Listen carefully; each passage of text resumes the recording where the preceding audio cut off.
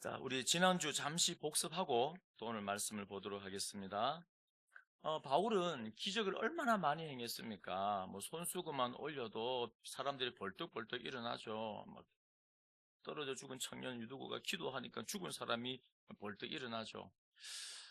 바울은 참 많은 일들을 했습니다. 갈라디아, 소아시아, 헬라, 또 로마까지 많은 일들을 했어요. 참 복음을 전하고 교회를 많이 세웠습니다. 자, 그런데 문제가 생겼어요. 바울이 몸에 큰 이제 병이 생겼습니다. 얼마나 고통스러운지 말뚝 확 박혀 있잖아요. 이거를 또 얼마나 힘들었는지 사탄의 사자다. 그러니까 세 번이나 기도를 했는데 하나님이 안 고쳐주시는 거예요.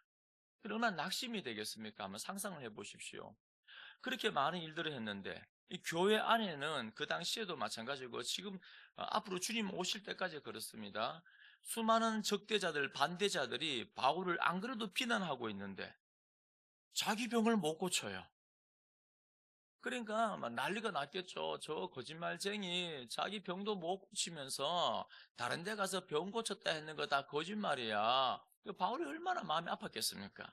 하나님 앞에 간구, 세 번이나 간구를 했어요. 왜 그러냐면은 내가 생각할 때 나는 건강하면은 복음을 더 잘 전할 수 있을 것 같고, 나는 물질적으로 좀 부유하고 많이 갖고 있으면은 내가 복음을 담대하게 전할 것 같고, 사람들이 날 보고 잘 믿을 것 같고, 내가 공부를 많이 해갖고 하나님 은혜로 이만큼 내가 공부 많이 했어요.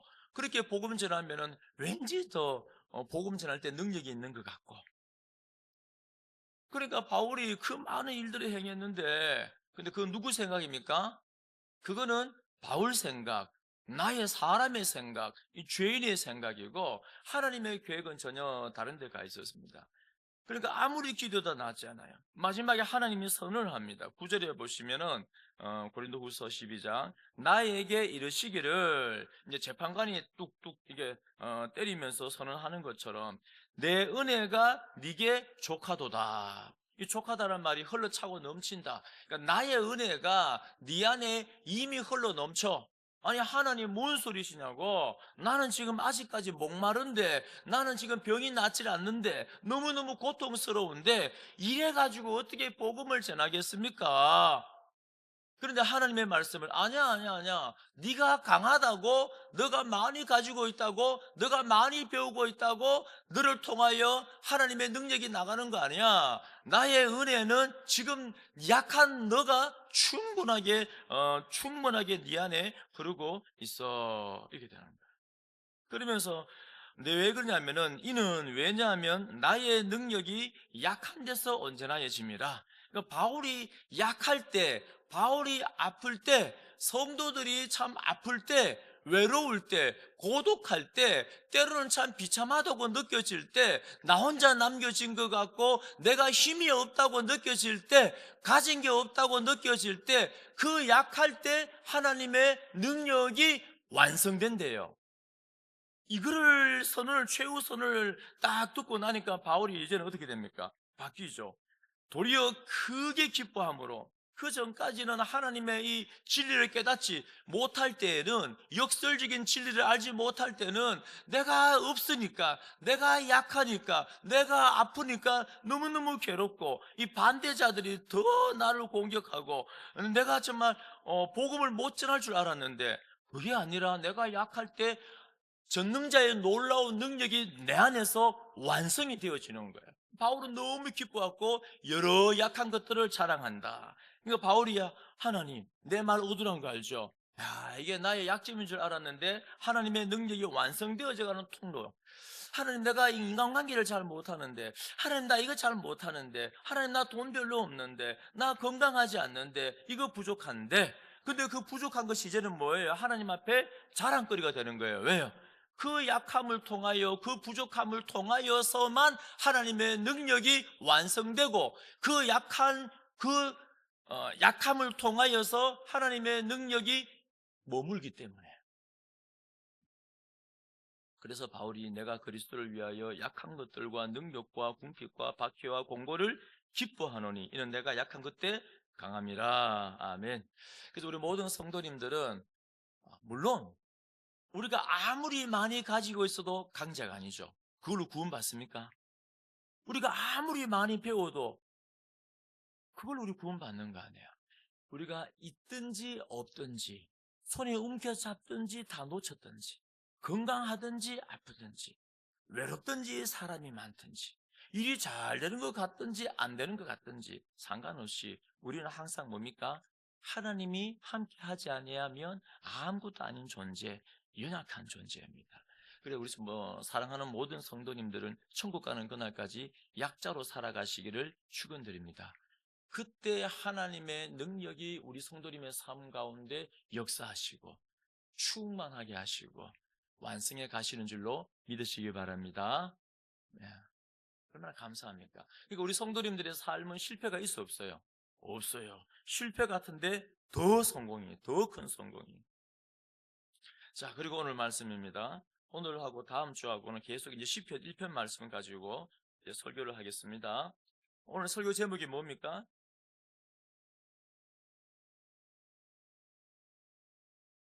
복 있는 사람은 시편 1편은 1편부터 150편까지 전체 내용을 압축하고 있고 성경 66권을 압축하고 있고 하나님께서 사람을 향하신 그 마음을 담고 있어요.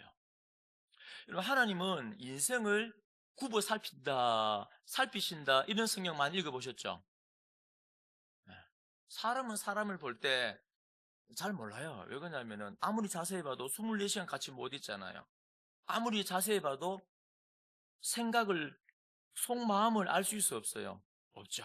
근데 우리 하나님은 어떤 분이냐면은 우리 인생을 굽어 살핍니다. 그 말은 뭐냐면은 본다는 말이 자세하게 조사해서 본다. 그 하나님은 대충 보지 않고 24시간 우리의 영을 꿰뚫어 보시는 거예요. 하나님의 영이시기 때문에. 자, 하나님의 관점에서 바라볼 때 이 세상에 딱 두 종류의 사람밖에 없습니다. 어떤 사람이냐? 복이 있는 사람, 행복한 사람, 복이 없는 사람. 이 두 종류밖에 없어요. 이 두 종류의 사람은 계속해서 평행선을 이룹니다. 가다가 만나는 지점이 없어요. 주님 오실 때까지, 그리고 주님 오신 후에도 영원히 평행선을 이루는 거예요. 자, 그러면은 하나님의 마음은, 인생을 향하신 하나님의 마음은 어떤 마음이겠습니까?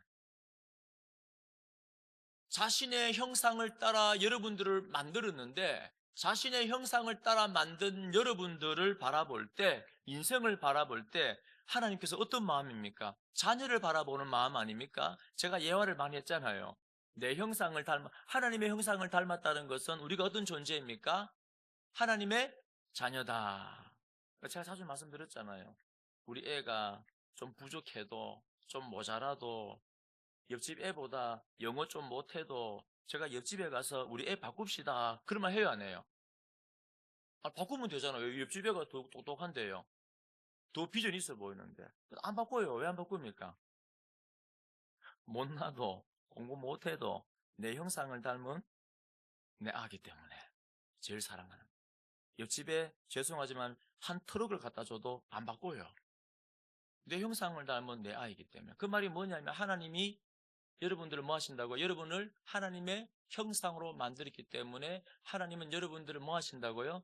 사랑한다. 믿으시기 바랍니다. 이거 하나만 알고 있어도 우리 삶이 바뀌어요. 믿으세요. 안 믿으니까. 그러면은 자신의 형상을 따라 만든 그 자녀들이 행복하게 살기를 원하겠습니까? 불행하게 살기를 원하겠습니까? 당연하죠, 그거는. 그래서 오늘 시편의 이 주제가, 모든 인생의 주제가, 150편의 주제가, 복음의 주제가, 성경의 주제가 뭐냐 하면은 복음을 통하여서 행복하게 살아가는 거, 그 마음이 단어가 있는 거예요. 여러분, 어떻습니까? 요즘 여러분들 삶이 행복합니까? 안 행복합니까? 문제는 당연히 많죠. 이 목사도 참, 제가 막 살아가면서 막 희한한 걸 해마다 저는 새로운 걸 겪고 있어요. 해마다 저는 막 이게 뭡니까, 이거. 어, 한 번도 겪어보지 못한. 제가 옆에 있는 목사님께 여쭤보니까, 저기 막 주위에 있는 목사님께 여쭤보니까, 은퇴하신 목사님도 경험하지 못한, 뭐 그런 걸 제가 막 경험해요. 그러니까 일이 없는 사람 어디 있습니까? 다 일 있죠. 그런데 성도는 뭐 어떠한 일이 있어도 성도는 행복해요. 왜? 그게 오늘 본문에 나와 있습니다. 보겠습니다. 자, 1절에 보시면은 복 있는 사람은, 근데 이 복 있는 사람은, 이 복이 있다는 말이 어떤 말이냐면은, 이거 직역하면은 히브리어에는 이렇게 됐습니다. 행복하도다. 그러니까 이게 강조가 되는 거예요. 행복하도다. 요렇게 하는 사람은. 그래서 영어 성경의 NASB에 보면 이렇게 번역되어 있습니다. 그 사람은 얼마나 행복하겠는가 하고 쫙 나와 있는 거예요. 그러면은 행복한 사람은 하고 나서 안 행복한 사람에 대해서 나와 있잖아요. 1절 후반절에. 그러면 정말 하고 싶은 말이 뭐냐? 하나님께서 여러분들에게 선포하는 말씀은, 하나님의 마음은 뭐냐면 2절에 있는 거죠. 2절에. 자, 그러면은 안 행복한 사람을 이제 이제 한 절을 같은 내용을 3번 연거푸 반복합니다. 이거를 평행법이라 그러는데 강조하는 거예요. 그럼 행복한 사람은 해놓고 안 행복한 사람에 대해서 3절이나 강조 반복하고 나서 그 다음에 2절이 나오니까는 이 2절은 뭡니까? 많이 강조하는 거죠. 그러니까 이 시편 1편을 보는 여러분들은 반드시 행복해야 돼. 내 백성들은 반드시 행복해야 돼. 이제 그 내용이에요. 그 내용. 평행법이라는 건 뭐 이렇게 어려운 게 아니에요. 여러분들 다 쓰고 있는 겁니다. 그냥 단어가 낯설어 그렇지. 평행법이라는 거는 한 단어나 한 구절을 똑같은 내용을 3번 반복하면은 재미가 없잖아요. 그리고 어떻게 해요? 좀 더 효율적으로 설득하고 전하기 위해서 어떻게 하냐면은 같은 내용을 다른 단어로 풍성하게 바꾸어서 쓰는 거예요. 근데 그거를 3번이나 지금 쓴 겁니다. 3번이나. 자, 1절을 보시면은 복 있는 사람은 누가 행복한가? 먼저 안 행복한 사람 강조하면서 악인들의 꾀를 따르지 아니하며, 이 악인들의 꾀를 따르지 않는다. 여러분 한번 동그라미 한번 쳐보세요. 따르지 아니하며 동그라미 치시고, 죄인들의 길에 서지 아니하며 동그라미 치시고, 오만한 자들의 자리에 앉지 아니하고 동그라미 쳐보세요. 자, 이게 뭐냐면은, 이렇게 여러분들, 우리가 성경을 만약에 자세히 본다면은, 이게 그림으로 그려지는 거예요. 뭐냐면, 어떤 사람이 복이 없냐 하면은, 죄를 열심히 쫓아가는 사람. 아니, 하나님을 쫓아가야 되는데, 하나님이 굽어 살펴보니까는 답답한 거예요. 그러니까 주일마다, 안식일마다 제사는 드리고 예배를 드리는데, 삶의 예배, 삶의 영역에서 죄를 쫓아가요. 자, 두 번째는 선다는 게 뭐냐면 죄인들의 길에 두 발을 박아버리는 거예요. 이 움직이지 못하도록 이 고정화돼요. 그러니까 화석화되고 두 다리가 습관화가 되어서 이 죄에 꽉 박혀 있다는 거예요. 이 죄라는 게 뭐냐면은, 이게 제가 자주 설명드렸죠. 이게 활을 쏘면은 관역에 딱 꽂혀야 돼요. 그러니까 하나님의 말씀에 그 길에, 좁은 길에 딱 가야 된단 말이에요. 그 죄가 뭐냐면, 세상에서의 죄는 인간 공동체가 만들어 놓은 규범을 어기는 걸 죄라고 그래요. 그런데 성경에서는 좀 더 선명한 말씀을 합니다. 죄가 뭐냐 하면은, 하나님의 말씀 관역에, 하나님의 말씀에 딱 꽂혀야 되는데 관역에 꽂히지 않고 하나님의 말씀에서 어긋나는 게 죄라는 거예요. 그러니까 이 사람들이, 복이 없는 사람의 특징이 뭐냐면은, 하나님의 말씀을 따라 쫓아가지 않고 악을 따라 막 쫓아가는 거예요. 왜 그럴까요? 내가 생각할 때는 하나님의 말씀을 지키는 것보다 하나님의 말씀에 순종하는 것은 참 너무 귀찮고 힘들고, 그것보다 내가 생각할 때는 세상의 방식으로 살아가는 거. 그러니까 악인들의 꾀가 뭐냐면 모략입니다. 모략. 개교, 충고 이런 거예요. 그러니까 악인들이 모여서 머리를 짜내고, 야, 뭘 봐, 막 밤에 모여서 막 악한 모략을 하고, 그렇게 살아가는 것이 더 내게 이롭다는 거예요. 그래서 어떻습니까? 악인들의 모략을 막 쫓아가는 거예요. 그리고 죄인들, 그러니까 관역에 꽂혀야 되는데 말씀에서 어긋나는 그 길에 두 발을 박아버리는 거예요. 움직이지 않고 이 습관화가 되는 거예요. 세 번째는 오만한 자들의 자리에 앉지 아니하고, 오만하다, 이게 직역을 하면은 이렇습니다. 히브리에는 입을 삐죽거리다. 입을 삐죽거리다. 이게 무슨 말일까요? 여러분, 사람을 바라볼 때 입 삐죽거리면 돼, 안 돼요? 근데 가끔씩 본능적으로 입을 삐죽거리는 사람이 있어요. 표현을 못 하겠네. 입을 삐죽거리는 게 어떨 때 합니까? 이게 나중에 입을 삐죽거리다 이 말이 나중에는 오만하다, 교만하다. 우리가 언제 삐죽거리냐면은 남을 무시할 때, 남을 질투할 때, 인정하지 않을 때, 지만 잘하나 삐죽거리면서. 그게 바로 뭐냐면 이 오만해요, 오만해. 이제 자리에 이제 앉아버리는 겁니다. 앉는다는 게 뭐예요? 이 단어가 나중에는 조롱하다 하고 이제 이 단어가 변화가 되어지는 거예요. 그러니까 이 세상은, 악인들은 모략을 쫓아가고 그 죄의 습관이 이제는 견고하게 형식화되어 버리고 아예 그 자리에 사람을 조롱하고 무시하는 자리에 앉아버리는 거예요. 여러분, 세상은 그렇습니다. 고린도전서 1장 18절에 보면 십자가의 도가 멸망하는 자들에게는 미련하는 것이요 구원을 받는 우리에게는 하나님의 능력이라. 우리는 십자가에 못 박힌 그리스도를 전하니 유대인에게는 거리끼는 것이요 이방인에게는 미련하다. 여러분, 왜 많은 사람들이 복음, 이 십자가의 복음을 쫓아 살지 않고 모략을 쫓아 살고 죄의 두 발을 박아버리고 오만한 자, 조롱하는 그 자리에 털썩 주저앉아서 일어나지 않는가? 왜 그러냐면은 이 복음의 말씀이, 십자가의 이 길이, 예수 그리스도의 그 십자가가 어리석어 보이고 미련해 보이는 거예요. 그러니까 이 시편 1편의 수신자들도 다 이스라엘 백성들 아닙니까? 안식일마다 제사는 드리는데 삶의 영역에서는 이 죄의 자리를 쫓아가고 거기에 서고 거기에 앉아버리는 겁니다. 그러니까 하나님이 안타까운 거죠. 그거 아니야. 그러니까 하나님의 백성이 되었으면은 행복한 삶을 살아야 되는데, 복된 삶을 살아야 되는데 그게 아니야. 자, 그러면은 어떤 사람이 행복한가? 여러분, 이렇게 벌써 12월 달 아닙니까? 시간이 빨라요, 느려요? 혹시 시간이 늦게 흐른 사람 계십니까? 아마 안 물론 뭐 우울증 걸렸고 뭐 힘든 사람은 있겠지만, 보편적으로 시간이 너무너무 빠르잖아요. 또 인생은 몇 번입니까? 몇 번 있어요?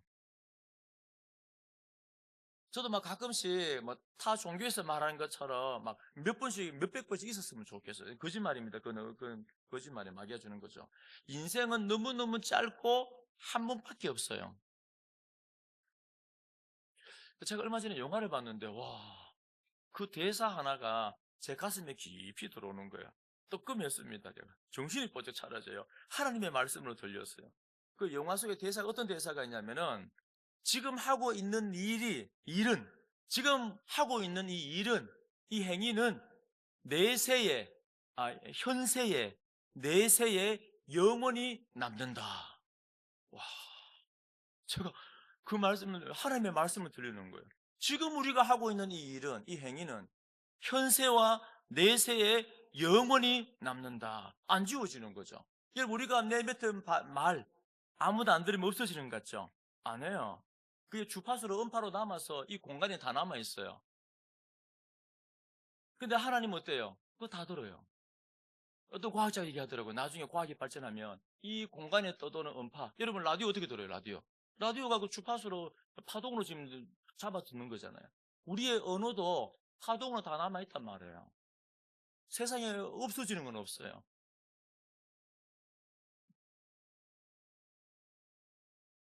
그러면은 하나님께서 보시기에 어, 행복했으면 좋겠는데, 하나님의 인생이라는 게 너무나 짧고 한 번밖에 없는데, 영원히 기억될 죄를 짓다가 그렇게 사라지면 안 되잖아요. 그러니까 하나님께서 오늘 이 시편 1편은 참 안타까운 마음으로 150편 전체를 압축하여서, 66권 전체를 압축하여서 하나님께서 사랑하는 백성에게 너는 반드시 행복한 삶을 살아야 돼, 너는 반드시 복받는 삶을 살아야 돼, 그 내용이에요. 자, 그럼 2절에 보시면은 어떤 사람이 복이 있는가? 자, 오직이라는 말은, 여러분, 다른 방법이 있습니까? 없습니까? 없어요. 하나님께로부터 복을 받고 이 땅 가운데 행복한 삶을 살아가는 방법이 많으면 좋겠어요. 많으면. 그럼 이것도 좀 해보고 저것도 해보면 좋겠는데 하나밖에 없대요. 오직. 자, 뭡니까? 이절에 보니까 하나님의 복을 받고 행복한 삶을 살아가는 게 뭐예요? 여호와의 율법을 즐거워하여. 자, 우리 함께 고백해 봅니다. 저랑 같이. 율법에 대한, 말씀에 대한 바른 태도, 바른 태도. 자, 누가 행복한 사람인가? 누가 이 땅 가운데 가장 복이 있는 사람인가? 하나님의 말씀에 대해서 바른 태도, 올바른 태도를 가진 사람이 복이 있는 사람이다. 아멘. 자, 이 말 꼭 기억하십시오. 하나님의 말씀에 올바른 태도를 가지고 있는 사람, 하나님의 말씀에 올바른 태도로 반응하는 사람이 복이 있는 사람이다. 행복한 사람이다. 꼭 기억하십시오. 자, 우리 한동안 우리 호세아서와 또 아모스 말씀을 묵상했는데, 여러분 호세아서는 아모스는 같은 동시대 아닙니까? 그 당시에 북이스라엘의 여로보암 2세의 시대인데 경제적으로 부자였습니까? 가난했습니까? 굉장히 부자였죠. 자, 그리고 군사적으로 강했습니까? 약했습니까? 막강했습니다. 그 강한 아람을 쳐서 아람의 수도 다메섹을 점령해 버렸어요. 와. 그러니까 외적으로 보면은 굉장히 부강했고 뭐 하나 부러울 게 없는, 그러니까 이스라엘 역사 중에서 가장 넓은 영토를 가지고 가장 부유했던 시절이 여로보암 2세의 시대였어요. 자, 그러면은 복음을 진리를 모르는 사람들은 야, 지금이 가장 행복한 시대야 이렇게 생각했죠. 그게 아니었어요. 왠지 알아요? 그 이후에 호세아라는 마지막 왕이 나타나고 북이스라엘은 사라져 버렸어요. 그러면은 그렇게 경제적으로 부강하고 군사적으로 막강했던 그 시절에 어떻게 복이 없는 삶이 되어버렸는가? 호세아 8장 12절에 보면 내가 그를 위하여 성도들을 위하여서 나의 율법을 만 가지나 기록했지만 그들은 이상한 것으로 여겨도다. 자, 복이 없는 사람의 특징이, 이 복이 있다는 게, 행복하다는 게 물질이 많거나 군사적으로 강하거나 공부를 많이 했거나 인간관계를 참 잘하거나 그게 복이 있는 게 아니에요. 하나님의 말씀을 만 가지나 기록하였지만은 그 시대 사람들은 하나님의 말씀을 어떻게 여겼어요? 그들은 이상한 것으로 여기도다. 이 이상하다는 말이 뭐냐면은 구원 밖에 있는 외인들, 그리고 매춘부들을 말해요. 매춘부들. 여러분 참 이 충격적인 말 아닙니까? 하나님의 말씀을 이 매춘부처럼 외인처럼 여기는 거예요. 그리고 어떻게 합니까? 시 50편에 보면은 네가 교훈을 미워하고 내 말을 네 뒤로 던지며, 그러니까 이거 2주 전에 설교했던 기억나시죠? 네가 왜 내 말을 전해? 네 입에 왜 하나님의 말씀이 있어? 왜요? 하나님의 말씀을 전하는데 하나님이 뭐라 하시는 거예요? 왜 그러냐면은 하나님의 말씀을 입으로는 전하는데 하나님의 말씀을 대하는 태도가 뭐예요? 말씀을 미워한다는 거예요. 그러니까 말씀을 미워하니까는 말씀을 안 사랑하는 거예요. 말씀을 마음에 염두에 두지 않는 겁니다. 말씀의 통치를 받으려는 영적인 전쟁이 없는 거예요. 그러니까 내 뒤로 던져버리는 거예요. 제가 이 말씀도 묵상하면서 하면서 목사로서 너무 많이 찔리는 거예요. 목사의 역할이 계속 말씀을 묵상하고 말씀을 연구하고 선포하는데 제가 제 자신을 가만히 보니까 야, 말씀을 뒤로 던지는 사람이 아닌가. 그러니까 말씀을 뒤로 던져버린다. 그러니까 말씀을 대하는 태도가 잘못된 거예요. 그러니까 하나님으로부터 어떻게 해야 됩니까? 징벌을 받는 거예요. 내가 찌질이니 누가 너를 구원하겠느냐? 감사로 예배를 드리라. 결국에 뭐냐면은 우리가 복을 받는다, 행복하다 하는 것은 세상 것으로 우리에게 만족을 주지 않습니다. 여러분 조금만 고민해서 생각해 보십시오. 물질이 많으면 한 이틀은 기분 좋죠. 그런데 물질이 많다고 해서 내 안에 고민이, 공함이 사라집니까? 그러니까 세상이 내게 주는 거, 인간관계가 많아지면은 도움 받을 때 있죠. 기분 좋죠. 도움 받으니까. 그런데 그 인간관계가 내 속에 깊이 늘 나를 괴롭히고 있는 죄의식을 없애줍니까? 구원의 문제를 해결해 줘요? 아니잖아요. 그러면 누가 복이 있는 사람인가 하면은 하나님의 말씀, 그 말씀 앞에 올바른 태도로 반응하는 사람이 복이 있는 사람이에요. 왜 그렇습니까? 왜 성경은 오직 누가 복이 있냐? 여호와의 율법을 즐거워하여, 그러니까 하나님의 말씀에 올바른 태도를 가지고 있는 이 사람이 복이 있다. 그 왜 그렇습니까? 바로 하나님의 말씀에 대한 태도가 누구에 대한 태도예요? 하나님에 대한 태도죠. 하나님을 사랑한다는 거하고 하나님의 말씀을 사랑한다, 하나님께 순종한다 하고 하나님의 말씀을 순종한다 하고 같은 겁니까? 다른 겁니까? 같죠. 그러니까 20세기에 영국의 성경 교육자이자 캠브리지 대학의 교수였던 데릭 프린스가 이런 말 합니다. 제가 그대로 읽어드릴게요. 하나님이 당신에게 얼마나 소중한 분인지 알고 싶은가? 여러분, 여러분, 사실은 내 마음 나도 몰라. 잘 모르겠죠? 예. 내가 믿고 싶은 대로 내 마음을 믿어요. 그거 말고, 자, 내 마음 속에 하나님이 내게 얼마나 소중한 분인가 알고 싶은 분 계시죠? 예. 내가 정말 하나님을 소중히 여기는가, 사랑하는가 알고 싶잖아요. 자, 하나님이 당신에게 얼마나 소중한 분인지 알고 싶은가? 그러면 이렇게 스스로 물어보라. 하나님의 말씀이 나에게 얼마나 소중한가? 하나님의 말씀이 당신에게 소중한 만큼 하나님은 당신에게 소중한 분인 것이다. 더 이상도 아니고 꼭 그만큼이다. 이해되십니까? 이해가 안 됩니까? 거부하고 있습니까?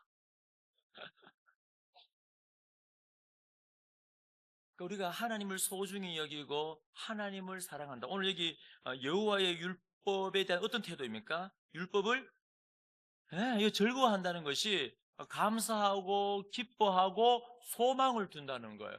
여러분, 예수 그리스도의 그 십자가 복음이 우리에게 즐거움이 되십니까? 소망이 되십니까? 꼭 그렇게 되시기를 축원드립니다. 그러니까 복음을 통하 여러분, 내 자신을 바라보면 소망이 없잖아요. 아이고야. 이런 뭐 목사님들 뭐 장로들 여러분하고 뭐 다르겠습니까? 다 똑같잖아요. 내 안을 들여다보면 소망이 없어요. 그런데 예수 그리스도의 그 복음을 통하여서 예수님이 나를 구원하기 위하여 이 땅에 오시고 내가 죽어야 되는데 그분이 나의 죄가 되셔서 피를 흘리시고 사형틀에서 죽으신 거예요. 그러니까는 그 십자가 복음을 통하여서 그분이 내 죄가 되었기 때문에, 피를 흘렸기 때문에 나의 죄가 사해지고 내 안에 하나님의 잃어버렸던 형상이 회복되어지고, 하나님의 형상이 회복되어지니까 다시 하나님하고 나하고 교제를 하면서 하나님의 영이 내 안에 머물러 계시는 거예요.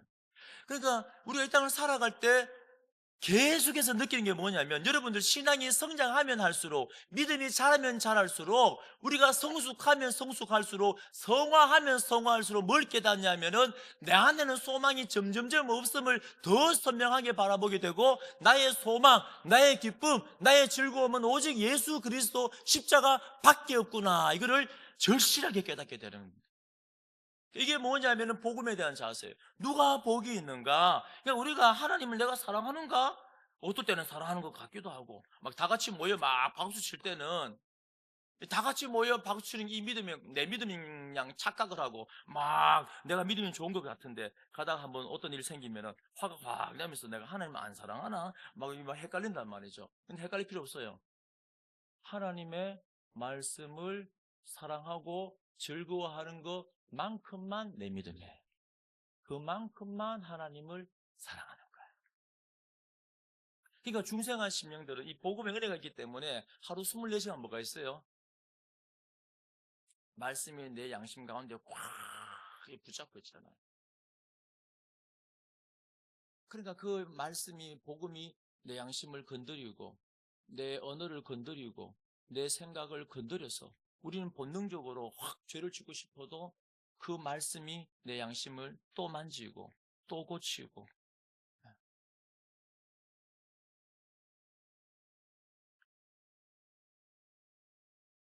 그래야 할 때, 자 보십시오. 제가 세 가지만 간단하게 한 말씀을 마치겠습니다. 왜 말씀이 나의 즐거움이 되는가? 그만 설명드렸지만 좀 정리해서 한번 더 딱 말씀드리고 마칠게요. 하나님의 그 말씀을 통하여서 여러분 왜 우리가 말씀 앞에 올바른 태도가 즐거움, 소망인가 하면은 말씀을 통하여 우리의 생명을 지키는 거예요. 자, 하나님이 세상을 뭘로 만드셨습니까? 말씀으로 만드셨습니다. 여러분의 생명은요, 누가 어떻게 만들었습니까? 하나님께서 말씀으로 창조하셨어요. 자, 그러면은 우리의 생명을 지키는 것도 하나님의 말씀이에요. 우리의 영혼만 지키는 게 아니에요. 여러분들의 육신도 하나님의 말씀이 지키는 줄로 믿으시기 바랍니다. 자, 보세요. 신명기 32장 46절에 그들에게 이르되 내가 오늘 너희에게 정언한 모든 말을 너희 마음에 두고 너희의 자녀에게 명령하여 이 율법의 모든 말씀을 지켜 행하게 하라. 그러니까 하나님은 계속 반복하는 게 뭐냐면, 야, 말씀을 너희 마음에 둬. 말씀 버리지 마. 말씀을 마음에 새겨. 걸어가든지 뛰든지 앉든지 눕든지 말씀을 가까이 해. 말씀을 자녀에게 가르쳐. 계속 반복하고 있어요. 왜? 이유가 뭐냐면, 이는 왜냐하면 너희에게 헛된 일이 아니라, 그러니까 여러분들이 열심히 말씀을 배우고자 하는 그 마음, 말씀을 열심히 배우고 말씀을 내 마음에 두고 자녀에게 말씀을 가르치는 모든 것은 헛된 게 아니야. 아주 보람된 거야. 자, 왜냐하면 너희의 생명이니. 자, 따라합니다. 너희의, 나의 생명이니. 뭐가요? 하나님의 말씀, 말씀에 대한 바른 태도, 말씀을 마음에 두고 자녀에게 가르치는 것이 누구의 생명요? 우리의 생명이니. 왜요? 이 일로 말미암아, 자, 이 말씀을 내 마음에 두고 말씀을 가르치는 이 일 때문에 너희가 요단을 건너가 차지할 그 땅에서 너희의 날이 장구하리라. 아멘. 그러니까 이 말씀이 왜 즐겁고 우리에게 소망이 되고 기쁨이냐면은, 말씀은 단순하게 우리의 영혼만 살리는 것이 아니고 우리의 영만 살찌우는 것이 아니라 그 말씀이 이 가나안 땅에서 이 광야와 같은 세상 속에 살아갈 때 우리의 생명을 지키는 거예요. 믿으시기 바랍니다. 또 그 말씀은, 자, 말씀으로 세상을 창조한 거 맞죠? 자, 그러면은 이 세상의 모든 건 다 변하는데 변하지 않는 걸 우리는 진리라 그래요. 변하면 진리가 아니에요. 변하지 않는 것을 진리라 그럽니다. 그러면 이 세상에 변하지 않는 유일한 게 뭐냐 하면은 바로 하나님의 말씀이에요. 그래서 말씀이 진리입니다. 그럼 어떻게 우리가 말씀이 우리의 생명을 지켜내냐 하면은, 혼탁한 이 세상 가운데 여러분 살아가면 살아갈수록 이 세상이 분별하기 쉬워요, 어려워요? 어렵죠. 점점점 어려워요. 막 헷갈려요. 야, 나중에 이게 진리인가? 이게 진리가 아닌가? 이게 말씀인가? 말씀이 아닌가? 하나님의 뜻인가? 아닌가? 헷갈려요. 우리가 왜 죄를 짓습니까? 헷갈리니까.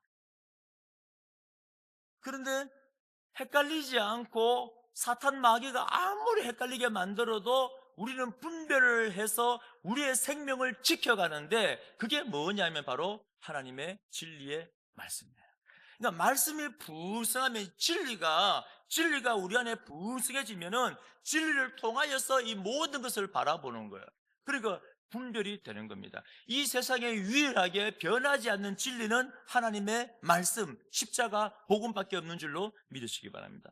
그러니까 누가 지혜로운 사람인가? 공부 많이 하는 사람이 지혜로운 게 아니에요. 하나님의 말씀에 대한 바른 태도를 가지고 말씀을 즐거워해서 꼭꼭 씹어 먹고 소화되고 성화되고 체화되고 말씀의 통치를 받는, 그 세상을 죄인가 아닌가를, 내 인생을, 한 번밖에 없는 짧은 인생을, 현세와 내세의 영원히 남을 내 인생을 지혜롭게 분별하여서 하나님을 즐거워하는 그 복된 길을 걸어가는 거, 그게 바로 하나님께서 여러분들 향한 그 마음인 거예요. 그러니까 말씀에 대한 바른 태도가 가장 행복한 거예요. 그게 복인 겁니다. 하나만 하고 마칠게요. 또 우리가 왜 말씀을 왜 즐거워하는가 하면은, 여러분, 이 세상에서 마귀는 참 지혜롭습니다. 또 그래 말했다고 또 딴 데 가서 또 우리 목사님이 마귀를 두둔했어요. 그럼 큰일 나요. 또 그러실 거네, 볼 때는.